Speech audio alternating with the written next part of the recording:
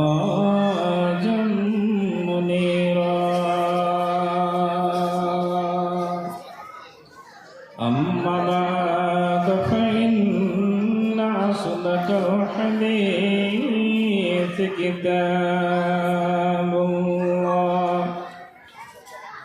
وخير الحديث هدي محمد صلى الله عليه وسلم وشر الأمور محدثاتها وكل محدثة بدعة وكل بدعة ضلالة وكل ضلالة في النار أما بعد فأعوذ بالله من الشيطان الرجيم بسم الله الرحمن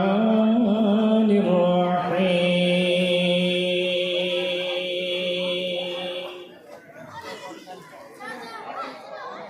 لقد كان لشباب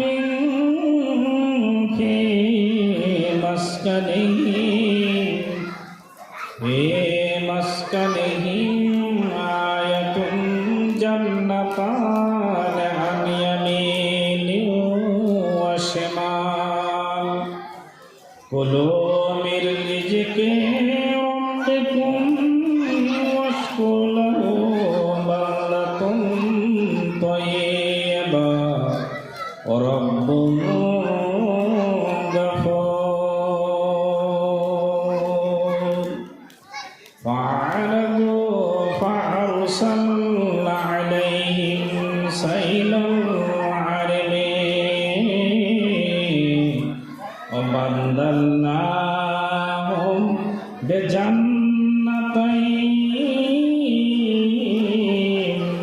جنتان ذوات أكل خمط وأصل وشيء من سدر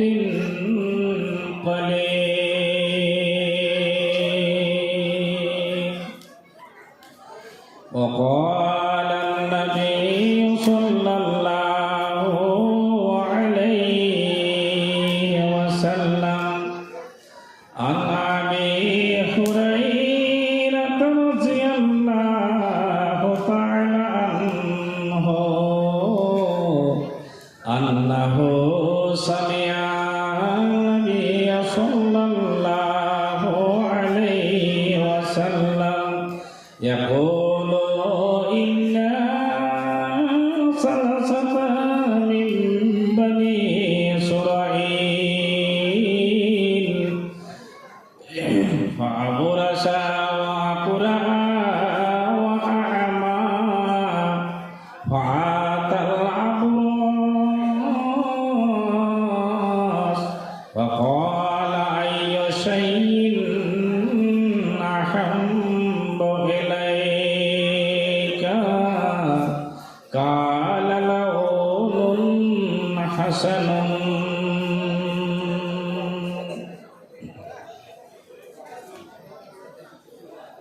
আল্লাহ বলেছি তোমায় বলে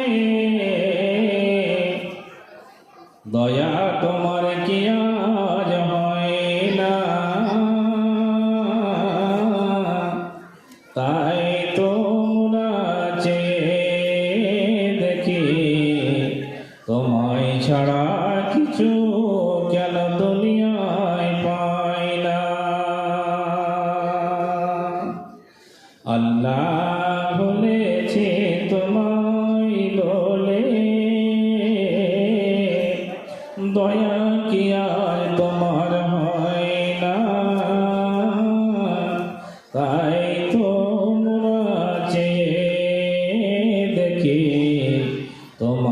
ছাড়া কিছু কেন দুনিয়ায় পাই না। যে দোয়াই মোদের কবু হেলেছে আকাশ, সে দোয়াই আবার কখনো তাতে রুকেছে বাতাস। আজ মনের দুয়ার খুলি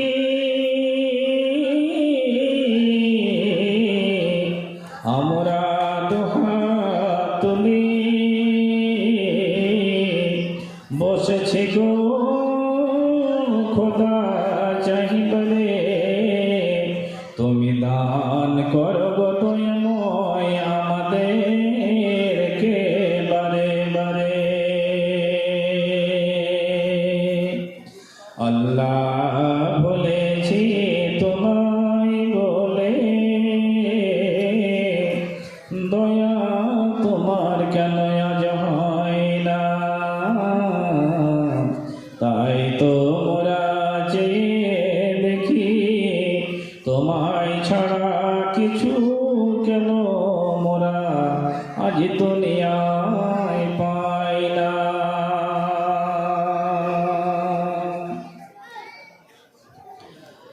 মহজ্জত আজকের সভা জগতম সভাপতি সাহেব, সামনে বসে থাকা ইসলাম দরদে ভাই বাবাজিরা এবং দূর দূরান্ত থেকে আগত ইসলাম দরদে সকল ইখওয়ানুল মুসলিমিন, সকলের প্রতি আমার অভিনন্দন, আন্তরিক ভালোবাসা আবারও জানাচ্ছি। আশা করি প্রত্যেকে ভাই আমার আল্লাহ রসুলকে সন্তুষ্ট রাখার জন্যে এই আজকের জালসার সভা যেই সমস্ত ভাইজনেরা আয়োজন করেছেন সকলকে আমি অভিনন্দন করছি যে ভাইজান, আপনাদের এই রতুয়া এলাকায় যেই দুইখানা মাদ্রাসা আপাতত স্ট্যান্ডের আশেপাশে, তাতে করে আপনাদের এটা আজ সৌভাগ্য। কিন্তু এই সৌভাগ্য ভাগ্যজীবী হওয়ায় যদি আপনারা সুখে খেলে ভূতে খেলায় তাই যদি এটা ব্যবহারে পরিণত করেন, তবে কিন্তু সুখে খেলে ভূতে যে কিলায় এটা হচ্ছে একটা সাধারণ প্রবাদ বাক্য, কিন্তু এটা বাস্তব না অবাস্তব সেই সম্বন্ধে আমি আপনাদের সম্মুখীন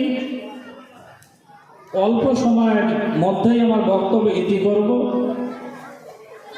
আমি আপনাদের সম্মুখে পবিত্র কোরআন মাজিদের মধ্য থেকে একখানা আয়াত তেলাওয়াত করেছি এবং এই আয়াতকে সামনে রেখে সহযোগীদের সহানুভূতি হিসাবে বুখারী শরীফের মধ্য থেকে একখানা হাদিস আমি তুলে ধরেছি।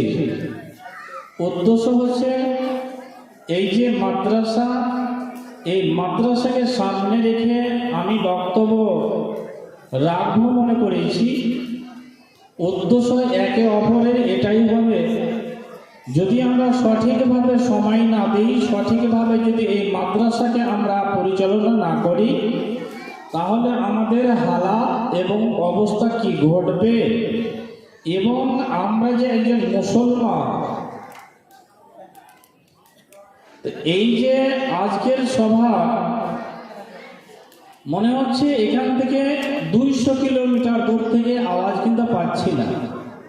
না পাওয়ার কারণ যে আমাদের পশ্চিমবাংলায় যেই স্কুল কলেজে পরীক্ষা চলছে, হয়তো আমাদের পারমিশন নেই, ফলেই হয়তো আমরা সেই কাগজটার উপরে সই করেছি, সিগনেচার মেরেছি যে আমরা 1 পিস বা 2 পিস আমরা এই সাউন্ড বক্স ব্যবহার করব।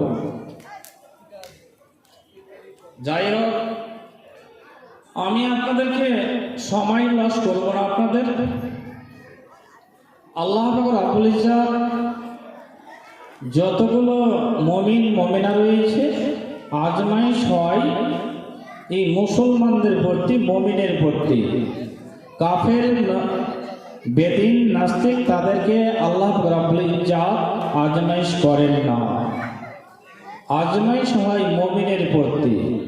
অতএব যত রকমের আপনি বলবেন আজমাইশ, একটা একটা একটা করে গোনাতে গেলে আজমাইশ একই কথায় হয় মুমিনের প্রতি।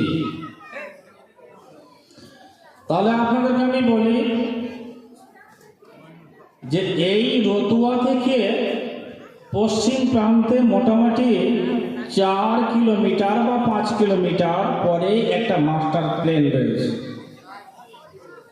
আর এই মাস্টার প্লেনের ওই পাশে ফুলহর নদী, আর ফুলহর নদীর চরের উপরে ব্লাইমারির লোকেরা বসবাস করে। কিন্তু এই ব্লাইমারির লোকেরা বেশ কিছুদিন আগে সন্ধ্যা যখন ঘনিয়ে আসতো, রতুয়ার মাটি ছেড়ে কিন্তু তাড়াতাড়ি তাড়াতাড়ি জীবজন্তু পশু পাখিগুলো যেমন একটা গাছের চূড়াতে বাসাতে আপন আপন স্থানে যেমন ফিরে যায়, ব্লাইমারির মানুষেরা অধিক অংশই নিজের জায়গাতে চলে যেত, গন্তব্যস্থানে। আজকে কি হয়েছে আপনাদেরকে আমি দৃষ্টান্ত স্বরূপ আমি সেই কয়েকটা কথা বলবো যে সেই ব্লাইমারির মানুষ আর আজ রতুয়ার বুকে যারা বসবাস করছে, উভয়ের দাম মান মর্যাদা, উভয়ের সম্পদ, উভয়ের জমিন জায়গা, উভয়ের অবস্থাটা একই না কমা বেশি? তাদের পজিশন আর এই পজিশনটা একই না দুই? তাহলে আপনি অনুভব করবেন ব্লাইমারির মাঠে 1 বিঘা বিক্রি করে 5 বিঘা বিক্রি করে যত মূল্য হয়, যত টাকা হয়, রতুয়ার মনে হচ্ছে 1 শতক 2 শতকের দাম 1 বিঘার চাইতো বেশি মূল্যবান জায়গা। মনে করে রাখুন, পবিত্র কোরআন মাজিদের মধ্যে 114টি সূরা রয়েছে, 114টি সূরা রয়েছে। আরব আমিরাতে একটা দেশ রয়েছে যার নাম হচ্ছে ইরাক, আর ইরাকের মধ্যে একটা শহর রয়েছে যার নাম হচ্ছে ইয়ামান। যেই ইয়ামানের মাটিতে যেই ফিলিস্তিন, এরা পাশাপাশি একই জায়গা একই দেশ, কিন্তু এই ইয়ামান শহরের মধ্যে একটা শহর রয়েছে যার নাম হচ্ছে সাবা। সেই শহরটার নাম হচ্ছে কি? সাবা। আর পবিত্র কোরআন মাজিদের মধ্যে 114টি সূরা রয়েছে, তার মধ্যে একটি সূরার নাম হচ্ছে সূরা সাবা। তাহলে একটা দেশের নাম হচ্ছে সাবা, এটা শহরের নাম হচ্ছে সাবা শহর, আর কোরআন মাজিদের মধ্যে একটা সূরার নাম হচ্ছে সূরা সাবা। তাহলে সূরা কেন আসলো? একটা নামের উপরে একটা সূরা আল্লাহ নাজিল করলেন। কেন নাজিল করলেন? তাহলে আপনাদেরকে আমি বলি, এত একটা মূল্যবান দেশ, মূল্যবান শহর, আমাদের এই মালদা শহরটা কোথায় দামি, কোথায় এর মান মর্যাদা রয়েছে? আপনি ভারতবর্ষের যে কোনো জায়গা চলে যাবেন, आप कहाँ के रहने वाले? बंगाल के। कौन से डिस्ट्रिक्ट? तो मालदा डिस्ट्रिक्ट के रहने वाले। अच्छा, तो वही গণিখান के आदमी है ना आप लोग? भाई सामने যারা দাঁড়িয়ে আছেন দেখে কেমন লাগছে জানো? একটু বসে যান, ভালো লাগবে। মানে আপনার পিছনে শয়তান লেগে আছে, আপনাকে ওই দিকে ডাকছে। তো ভাইজান কোথা কাটলো? মালদা শহরে গণিখানের। গণিখান কেন বিখ্যাত হলেন? মালদা আর মুর্শিদাবাদের বর্ডারখানে একটা ব্যারেজ রয়েছে যার নাম হচ্ছে ফারাক্কা।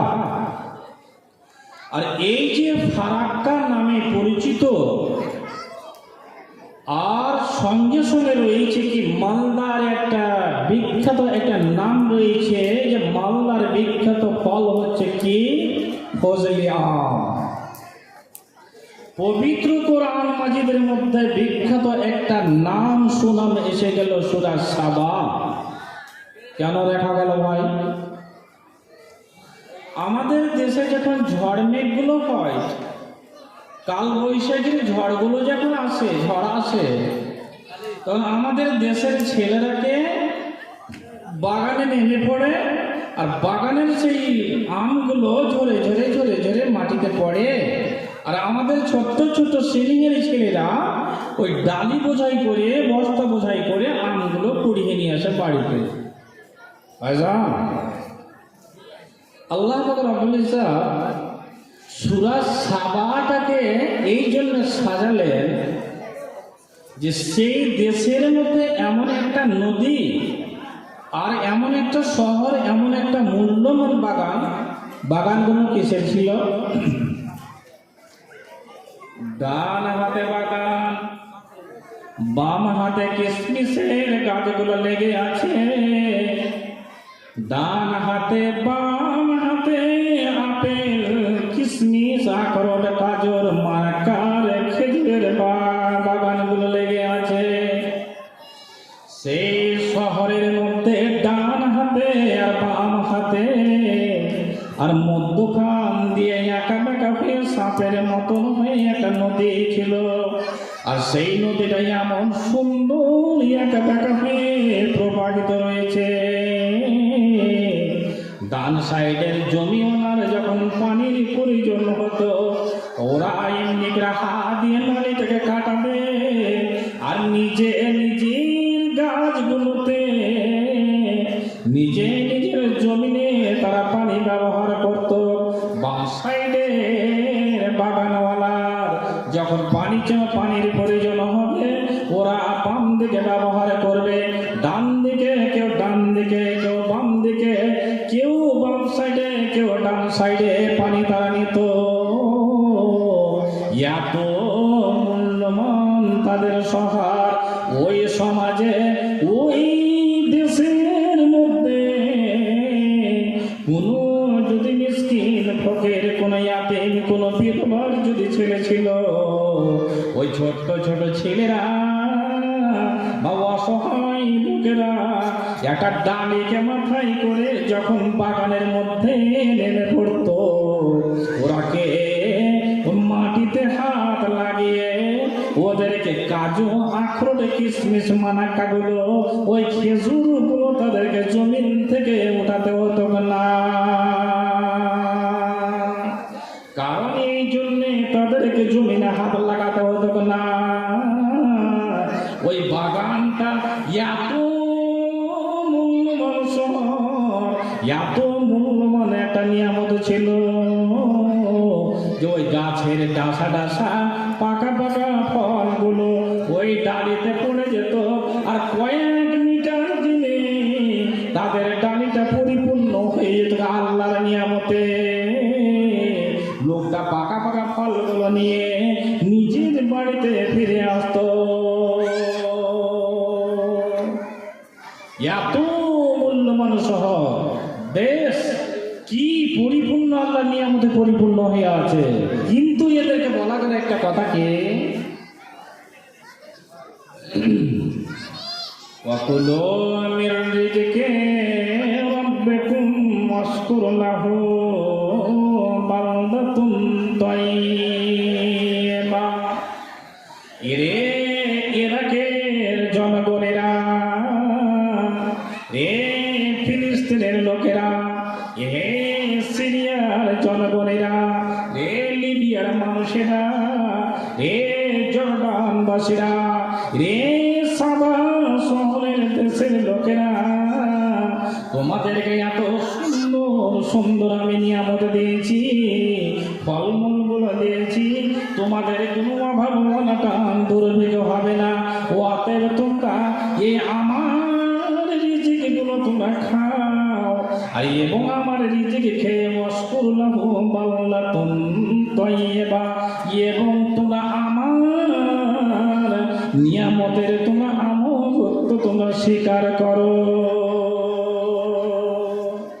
বলা গেল রে তোমার মানুষেরা, তোমাদের কয়েক মিটার পরে এই 4 কিলোমিটার দূরে একটা মাস্টার ট্রেন রয়েছে, একটা বাঁধ রয়েছে, আর বাঁধের ওই পাশে বিলাইমারির লোকেরা রয়েছে। সেই বিলাইমারির লোকেরা একটা চরের উপরে বসবাস করে। ওরা ফুলহর নদীর পেটের মধ্যে ওরা বসবাস করে, কিন্তু ওরা বছরে কয়েকবার নদীর বাড়িগুলো কখনো পুড়ে যায়, কখনো ডুবে যায়, কখনো ক্ষতিগ্রস্ত হয়ে যায়। আর ওই এলাকার মানুষেরা তোমরা এত মূল্যবান জায়গাতে তোমরা বসবাস করছো, অতএব তোমরা ওই লোকগুলোকে দেখে আর তোমাদের জায়গাগুলোকে দেখে তোমরা একটু নিজের ব্রেনটাকে ধোলাই করে নাও এবং তোমরা একটু অনুশোচনা করো যে ওই লোকেরা কোন জায়গায় বসবাস করছে, আর আমরা রতুয়া এলাকার অঞ্চলের লোকেরা আমরা কেমন ভাবে বসবাস করছি। আল্লাহ খালি একটু উপলব্ধি করতে দিলেন, অনুশোচনা করে দেখো মানুষ, চিন্তা ভাবনা করো।